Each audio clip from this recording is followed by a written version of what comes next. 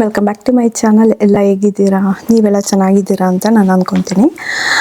ನಾವು ಪ್ರೆಗ್ನೆನ್ಸಿಗೆ ಟ್ರೈ ಮಾಡಬೇಕಾದ್ರೆ ಓವ್ಯುಲೇಷನ್ ಆದಮೇಲೆ ನಮ್ಮ ಮೈಂಡಲ್ಲಿ ಆಲ್ರೆಡಿ ಒಂದಷ್ಟು ಬರ್ತಾ ಇರುತ್ತೆ. ನಾನು ಪ್ರೆಗ್ನೆಂಟ್ ಆಗಿರ್ಬೋದು, ಈ ಸೈಕಲ್ನಲ್ಲಿ ಪ್ರೆಗ್ನೆಂಟ್ ಆಗಿರ್ಬೋದು, ಬಿಕಾಸ್ ನನಗೆ ಈ ಥರ ಸೈನ್ಸ್ ಇದೆ, ಈ ಥರ ಸಿಮ್ಟಮ್ಸ್ ಬರ್ತಾ ಇದೆ. ಈ ಥರ ಪ್ರತಿಯೊಬ್ಬರು ಎಸ್ಪೆಷಲಿ ಸುಮಾರು ವರ್ಷದಿಂದ ಪ್ರೆಗ್ನೆನ್ಸಿಗೆ ಟ್ರೈ ಮಾಡೋರಂತೂ ಇದೆಲ್ಲ ಆಗ್ತಾನೆ ಇರುತ್ತೆ ಓವ್ಯುಲೇಷನ್ ಆದಮೇಲೆ ಅಂಟಿಲ್ ಪೀರಿಯಡ್ಸ್ ಬರೋವರೆಗೂ. ನಮಗೆ ತಲೆಯಲ್ಲಿ ಏನೇ ಸಿಮ್ಟಮ್ಸ್ ಬಂದ್ರೂ ಇದು ಪ್ರೆಗ್ನೆನ್ಸಿಗೆ ಇರ್ಬೋದು ಆ ಥರ ನಾವು ಅಂದ್ಕೊತಾ ಇರ್ತೀವಿ. ಮಂತು ಏನೋ ಡಿಫ್ರೆಂಟ್ ಇದೆಯಲ್ಲ, ಲಾಸ್ಟ್ ಟೈಮಿಗೆ ಕಂಪೇರ್ ಮಾಡಿದ್ರೆ ಏನೋ ಸ್ವಲ್ಪ ಚೇಂಜಸ್ ಅನ್ನಿಸ್ತಿದೆಯಲ್ಲ ಅಂತ ನಮ್ಗಂತ ಅನ್ನಿಸ್ತಾನೆ ಇರುತ್ತೆ. ಸೊ ಇದೇ ಸಿಚುವೇಷನಲ್ಲಿ ಇದೇ ಥರ ನಾನು ಪ್ರೆಗ್ನೆನ್ಸಿಗೆ ಟ್ರೈ ಮಾಡಬೇಕಾದ್ರೆ ಆ ಸಿಚುವೇಷನಲ್ಲೇ ನಾನಿದ್ದೆ. ಎಲ್ಲ ಅಂದರೆ ಓವ್ಯುಲೇಷನ್ ಏಕೆಂದರೆ ನನಗೆ ಓವ್ಯುಲೇಟ್ ಆಗೋದು ನನಗೆ ಗೊತ್ತಾಗ್ತಾ ಇತ್ತು. ನಾನು ಸ್ಟ್ರಿಪ್ಸ್ ಎಲ್ಲ ಯೂಸ್ ಮಾಡ್ತಾ ಇದ್ದೆ ಆ್ಯಂಡ್ ಬಾಡಿ ಚೇಂಜಸ್ಸಿಂದ ನನಗೆ ಪಕ್ಕಾ ಗೊತ್ತಾಗ್ತಿತ್ತು ನಾನು ಓವ್ಯುಲೇಟ್ ಆಗಿದ್ದೀನಿ ಅಂತ. ಸೊ ಅದಾದಮೇಲೆ ಸ್ವಲ್ಪ ಒಂದು 3-4 ಡೇಸ್ವರೆಗೂ ಸುಮ್ಮನೆ ಇರ್ತಿದ್ದೆ. ಅದಾದಮೇಲೆ ಏನಾದರೂ ಸ್ವಲ್ಪ ಚೇಂಜಸ್ ಆದರೆ ನನ್ನ ಬಾಡಿನಲ್ಲಿ ಚೇಂಜಸ್ ಅನ್ನಿಸ್ತಿದ್ರೆ ಡಿಫ್ರೆಂಟಾಗಿ ಲಾಸ್ಟ್ ಮಂತ್ಗಿಂತ ಈ ಮಂತ್ಗೆ ಏನಾದರೂ ಚೇಂಜಸ್ ಅಂತಿದ್ರೆ ಸಾಕು, ನಾನು ಪ್ರೆಗ್ನೆಂಟ್ ಆಗಿದ್ದೀನಿ, ಮೇ ಬಿ ಪ್ರೆಗ್ನೆಂಟ್ ಆಗಿದ್ದೀನಿ ಅನ್ಸುತ್ತೆ ಸಲ ಅಂತ ಒಂದು ಹೋಪ್ಸ್ ಆ ಥರ ಇಟ್ಕೊತಾ ಇದ್ದೆ. ನೀವು ಯಾರೆಲ್ಲ ಪ್ರೆಗ್ನೆನ್ಸಿಗೆ ಟ್ರೈ ಮಾಡ್ತಿದ್ದೀರಲ್ಲ, ನಿಮಗೂ ಹಂಗೆ ಅನಿಸ್ತಾ ಇರುತ್ತೆ ಅಂತ ನಂಗೆ ಗೊತ್ತು. ಏಕೆಂದರೆ ಎಲ್ಲ ಹೆಣ್ಮಕ್ಳು ಈ ಸಿಚುವೇಶನ್ ಫೇಸ್ ಮಾಡ್ತೀರಾ. ಸೊ ಪ್ರೆಗ್ನೆನ್ಸಿಗೆ ಟ್ರೈ ಮಾಡ್ಬೇಕಾದ್ರೆ ಎಲ್ರಿಗೂ ಇದು ಹಾಗೆ ಆಗುತ್ತೆ. ಏಕೆಂದರೆ ಅಷ್ಟು ನಮ್ಮ ಎಕ್ಸ್ಪೆಕ್ಟೇಷನ್ ಹೋಪ್ಸ್ ಎಲ್ಲ ಇಟ್ಕೊಂಡಿರ್ತೀವಲ್ವ. ಸೊ ಆಮೇಲೆ ಆಸೆ ಹಾಗೆ ಆಗುತ್ತೆ ಅನ್ನೋ ಒಂದು.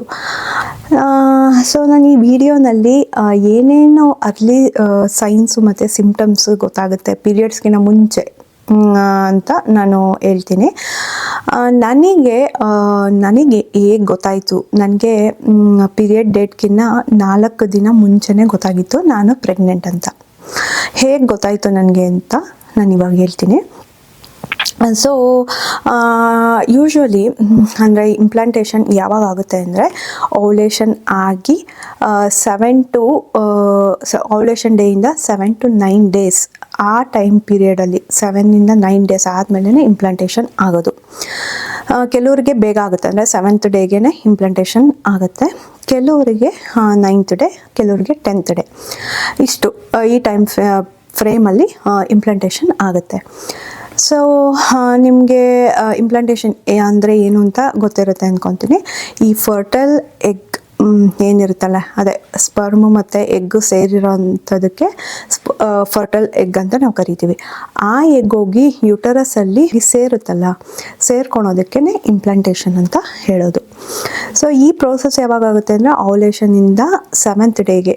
ಇವಾಗ ಎಕ್ಸಾಂಪಲ್ ಹೇಳಬೇಕು ಅಂದರೆ ನೀವು 15ನೇ ತಾರೀಕು ಓವ್ಯುಲೇಟ್ ಆಗಿದ್ದರೆ ಪಕ್ಕ ಓವ್ಯುಲೇಷನ್ 15ನೇ ತಾರೀಕು ಆಗಿದ್ದರೆ ನಿಮಗೆ ಲೈಕ್ 21ನೇ ತಾರೀಕು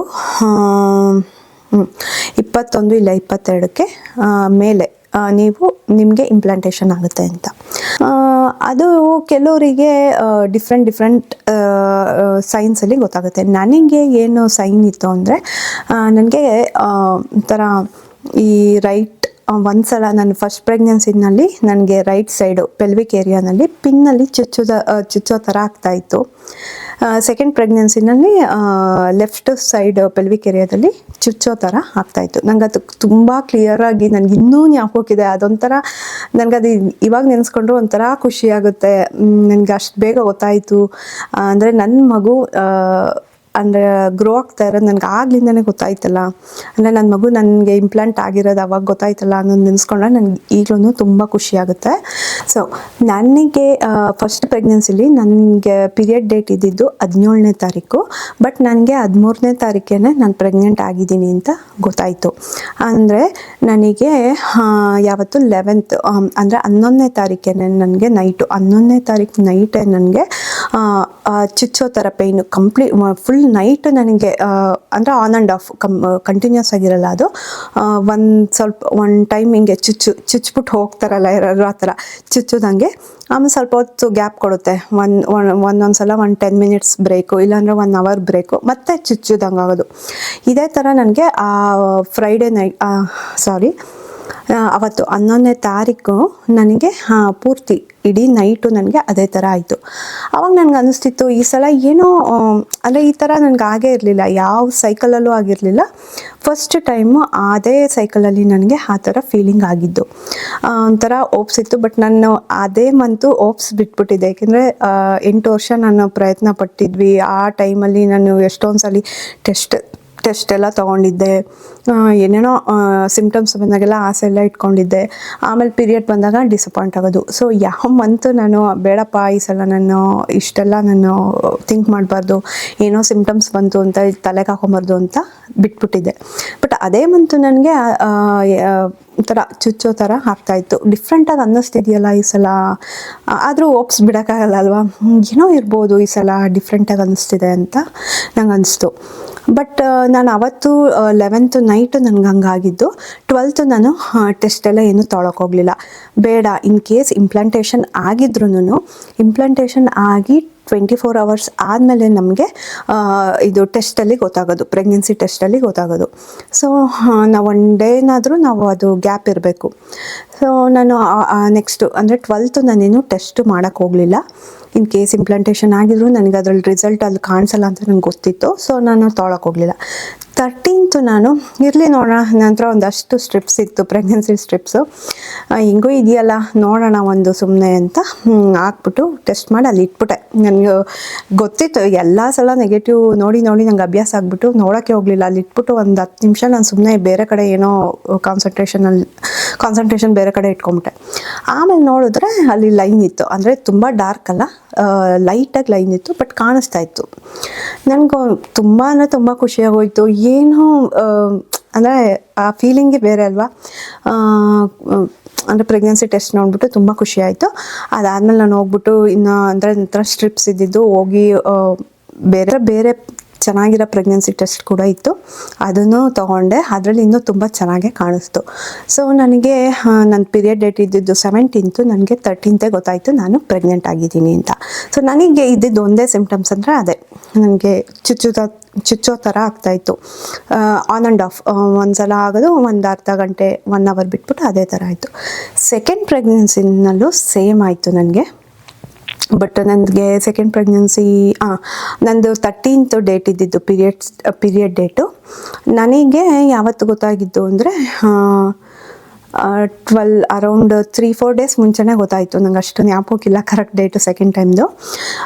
ಆವಾಗ ಸೇಮ್ ನನಗೆ ಅದೇ ಥರನೇ ಚುಚ್ಚೋ ಥರನೇ ನಂಗೆ ಫೀಲ್ ಆಯಿತು. ಓಕೆ, ನಾನು ಪ್ರೆಗ್ನೆಂಟ್ ಆಗಿದ್ದೀನಿ ಅಂತ ನನಗೆ ಪಕ್ಕ ಆಯಿತು. ಯಾಕೆಂದರೆ ಫಸ್ಟ್ ಪ್ರೆಗ್ನೆನ್ಸಿಲಿ ಸೇಮ್ ಫೀಲಿಂಗೇ ನನಗಾಗಿದ್ದು. ಈ ಸಲನೂ ಸೇಮ್ ಸಿಮ್ಟಮ್ಸೇ ನನಗೆ ಅದು ಆಗಿದ್ದು ನನಗೆ. ಆದರೆ ಈ ಸಲ ಸೆಕೆಂಡ್ ಪ್ರೆಗ್ನೆನ್ಸಿಲಿ ತುಂಬ ಆಗಲಿಲ್ಲ. ಫಸ್ಟ್ ಪ್ರೆಗ್ನೆನ್ಸಿಯಲ್ಲಿ ಇಡೀ ನೈಟ್ ಇತ್ತು ನನಗೆ. ಬಟ್ ಸೆಕೆಂಡ್ ಪ್ರೆಗ್ನೆನ್ಸಿಲಿ ಒಂದು 3-4 ಸಲ ಆ ಥರ ಆಯಿತು. ಅಂದರೆ ಟೈಮ್ಸ್ ಒಂದೇ ದಿನದಲ್ಲಿ ಒಂದು 3-4 ಸಲ ಆಯಿತು, ಸ್ಟಾಪ್ ಆಯಿತು. ಬಟ್ ನಂಗೆ ಗೊತ್ತಾಯಿತು. ಸೊ ನಾನು ಸೇಮ್ 1 day ಗ್ಯಾಪ್ ಬಿಟ್ಬಿಟ್ಟು ನೆಕ್ಸ್ಟ್ ಡೇ ತೊಗೊಂಡೆ. ನನಗೆ ಕನ್ಫರ್ಮ್ ಆಯಿತು ನಾನು ಪ್ರೆಗ್ನೆಂಟ್ ಆಗಿದ್ದೀನಿ ಅಂತ. ಸೊ 2 ಪ್ರೆಗ್ನೆನ್ಸಿನಲ್ಲೂ ನನಗೆ ಸೇಮ್ ಸಿಮ್ಟಮ್ಸ್ ಬಂದಿದ್ದು. ಸೊ ಕೆಲವರಿಗೆ ಬೇರೆ ಬೇರೆ ಸಿಮ್ಟಮ್ಸ್ ಇರುತ್ತೆ. ಸೊ ಅದು ಯಾವ್ದ್ಯಾವುದು ಅಂತ ನಾನು ಹೇಳ್ತೀನಿ. ಲೈಟ್ ಕ್ರ್ಯಾಂಪ್ಸ್ ಇಲ್ಲ ಇಂಪ್ಲಾಂಟೇಷನ್ ಪೇಯ್ನ್ ಅಂತಾರೆ. ಕ್ರ್ಯಾಂಪ್ಸ್ ಅಂದರೆ ನೋವು ಬರೋದು ಅಲ್ಲಿ ಪೆಲ್ವಿಕ್ ಏರಿಯಾದಲ್ಲಿ. ನಿಮ್ಗೆ ಗೊತ್ತಾಗುತ್ತೆ ಈ ಪೀರಿಯಡ್ ಕ್ರ್ಯಾಂಪ್ಸ್ಗೂ ಪೇಯ್ನ್ಗೂ ಬೇರೆ ಥರ ಪೇಯ್ನ್ ಬರೋದು ನಿಮ್ಗೆ ಗೊತ್ತಾಗುತ್ತೆ. ಇನ್ನು ಪ್ರೆಗ್ನೆನ್ಸಿ ಏನಾದರೂ ಆಗ್ತಿದೆ ಅಂದರೆ, ಇಂಪ್ಲಾಂಟೇಷನ್ ಏನಾದರೂ ಆಗ್ತಿದೆ ಅಂದರೆ ಡಿಫ್ರೆಂಟಾಗಿ ಪೇಯ್ನ್ ಇರುತ್ತೆ. ಈಗ ನಾನು ಹೇಳಿದ್ನಲ್ಲ, ನನಗೆ ಪಿನ್ನಲ್ಲಿ ಚುಚ್ಚೋ ಥರ ಆಗ್ತಿತ್ತು ಅಂತ, ಆ ಥರ ಡಿಫ್ರೆಂಟಾಗಿ ಪೇಯ್ನ್ ಇರುತ್ತೆ. ಅದು ಗೊತ್ತಾಗುತ್ತೆ ನಮ್ಗೆ ಈಸಿಯಾಗಿ, ಅದು ಪೀರಿಯಡ್ಗೆ ಬರೋ ಅಂಥ ಪೇಯ್ನ್ ಅಲ್ಲ ಅಂತ. ಅದೊಂದು. ಆಮೇಲೆ ಬ್ರೆಸ್ಟ್ ಟೆಂಡರ್ನೆಸ್ ಇರುತ್ತೆ. ನನಗೆ ಫಸ್ಟ್ ಪ್ರೆಗ್ನೆನ್ಸಿ ಅವ್ರಿಗೂ ಪೀರಿಯಡ್ಸ್ ಇನ್ನೇನು ಒಂದು 4 ದಿನ ಇದ್ದಂಗೆ ನನಗೆ ಪೇಯ್ನ್ ಬರೋದು. ಚೆಸ್ಟ್ ಪೇಯ್ನ್ ಅಂದರೆ ಆ ಥರ ಅಲ್ಲ, ಈ ಹಾರ್ಟ್ ರಿಲೇಟೆಡ್ ಪೇಯ್ನ್ ಬರುತ್ತಲ್ಲ ಆ ಥರ ಅಲ್ಲ. 2 ಎದೆಗಳು ಮುಟ್ಟಿದ್ರೆ ನೋವೋದು, ಆ ಥರ ಪೀರಿಯಡ್ಗಿಂತ ಮುಂಚೆ ಆಗ್ತಾಯಿತ್ತು. ಪ್ರತಿ ಪೀರಿಯಡಲ್ಲೂ ನನಗೆ ಅದೇ ಥರನೇ ಆಗ್ತಿತ್ತು. ಇನ್ನೇನು 4 ದಿನ ಇದ್ದಂಗೆ ಬರ್ತಾಯಿತ್ತು.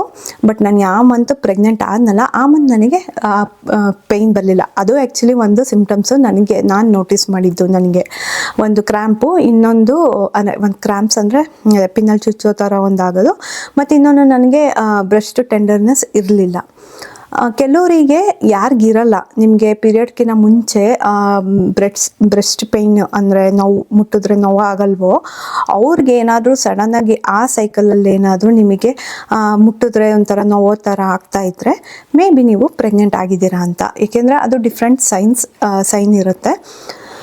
ಅದೊಂದು ಅರ್ಲಿ ಪ್ರೆಗ್ನೆನ್ಸಿ ಸೈನ್. ಇನ್ನೊಂದು ಒಂಥರ ಸುಸ್ತಾಗೋದು, ಸ್ಲೀಪಿನೆಸ್. ಇದು ಯೂಶ್ವಲಿ ಅರ್ಲಿ ಪ್ರೆಗ್ನೆನ್ಸಿಲಿ ಬರೋದು ಸ್ವಲ್ಪ ಕಮ್ಮಿನೇ, ಕೆಲವ್ರಿಗೆ ಮಾತ್ರ ನೋಟಿಸ್ ಆಗುತ್ತೆ. ಬಟ್ ಪ್ರೆಗ್ನೆನ್ಸಿಯಲ್ಲಿ ಆಗ್ತಾಯಿದೆ ಅಂದರೆ ಇಂಪ್ಲಾಂಟೇಷನ್ ಆಗ್ತಾಯಿದ್ರೆ ಹಾರ್ಮೋನ್ಸ್ ಚೇಂಜ್ ಇರುತ್ತಲ್ಲ, ಸೊ ಅದರಿಂದ ತುಂಬ ಸುಸ್ತಾಗೋದು, ಮಲಗಬೇಕು ಅಂತ ಅನಿಸೋದು ಇದೆಲ್ಲ ಆಗುತ್ತೆ. ವಾಮಿಟ್ ಸೆನ್ಸೇಷನ್ ಆಗೋದು, ಆಮೇಲೆ ಜಾಸ್ತಿ ಟಾಯ್ಲೆಟ್ ಯೂಸ್ ಮಾಡೋದಂದರೆ ಯೂರಿನ್ ಪಾಸ್ ಮಾಡೋದಕ್ಕೆ ಹೋಗೋದು, ಇದು ಜಾಸ್ತಿ ಆಗ್ತಾ ಹೋಗುತ್ತೆ. ಹಾರ್ಮೋನ್ಸ್ ವೇರಿ ಆಗ್ತಾ ಇರುತ್ತಲ್ಲ, ಪ್ರೊಜೆಸ್ಟರಾನ್ ಜಾಸ್ತಿ ಆದಾಗ ಅಂದರೆ ಪ್ರೆಗ್ನೆನ್ಸಿ ಅಲ್ಲಿ ಇಂಪ್ಲಾಂಟೇಷನ್ ಆಗ್ತಾ ಇದೆ ಅಂದರೆ ಸುಮಾರು ಹಾರ್ಮೋನಲ್ ಚೇಂಜಸ್ ಇರೋದ್ರಿಂದ ಯೂರಿನೇಷನ್ ಅಂದರೆ ಯೂರಿನ್ ಪದೇ ಪದೇ ಮಾಡಬೇಕು ಅಂತ ಅನ್ನಿಸ್ತಾ ಇರುತ್ತೆ.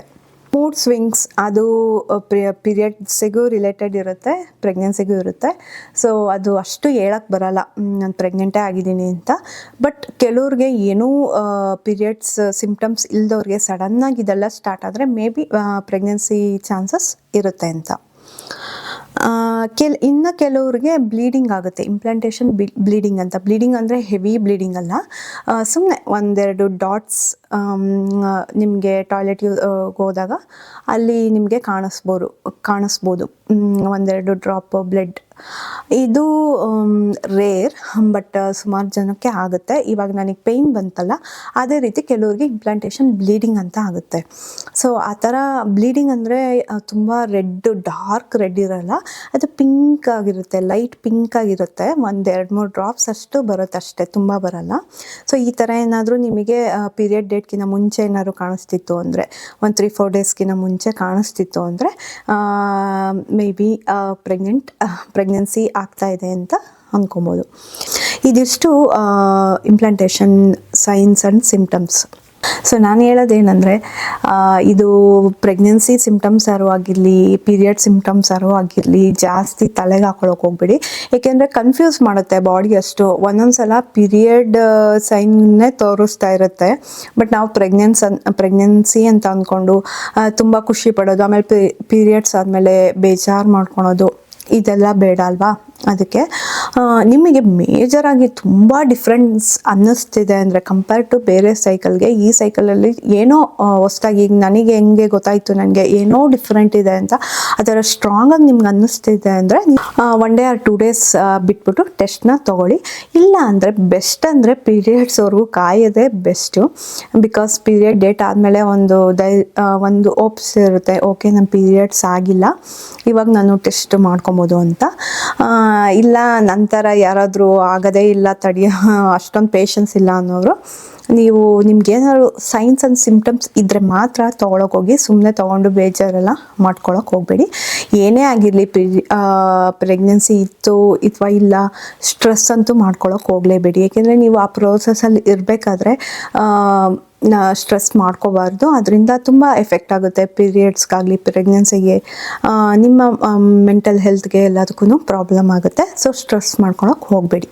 ಆಮೇಲೆ ಎಲ್ಲರ ಬಾಡಿನೂ ಡಿಫ್ರೆಂಟ್. ಈಗ ನನಗೆ ಬಂತು ಅಂತ ನಿಮಗೂ ಬರಬೇಕು ಅಂತ ಏನಿಲ್ಲ ಸಿಂಪ್ಟಮ್ಸು. ಕೆಲವ್ರಿಗೆ ಸಿಂಪ್ಟಮ್ಸೇ ಇರಲ್ಲ, ಯಾವುದೇ ಒಂದು ಚೂರು ಸಿಂಪ್ಟಮ್ಸೇ ಇರಲ್ಲ, ಆದರೂ ಅವರು ಪ್ರೆಗ್ನೆಂಟ್ ಆಗಿರ್ತಾರೆ. ಸೊ ನನಗೇನು ಸಿಂಪ್ಟಮ್ಸೇ ಇಲ್ವಲ್ಲ, ಇಲ್ಲಿ ಇವ್ರು ಹೇಳಿರೋದು ಒಂದೂ ಇಲ್ವಲ್ಲ, ಹಂಗಾರೆ ನಾನು ಆಗಿಲ್ಲ ಅಂತ ನೀವು ಅಂದ್ಕೊಳ್ಳೋಕ್ಕೆ ಹೋಗಬೇಡಿ.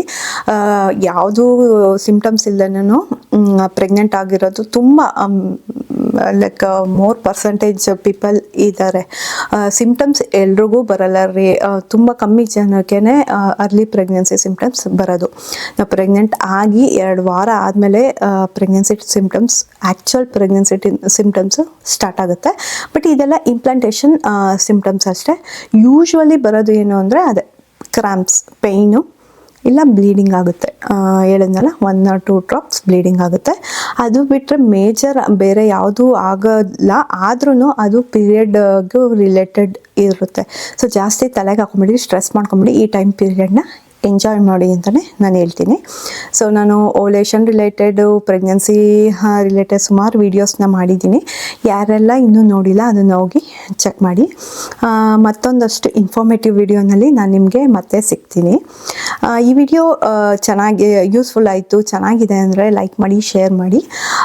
ಮತ್ತೊಂದಷ್ಟು ಇನ್ಫಾರ್ಮೇಟಿವ್ ವೀಡಿಯೋಸ್ನಲ್ಲಿ ನಾನು ನಿಮಗೆ ಸಿಗ್ತೀನಿ. Until then bye, take care.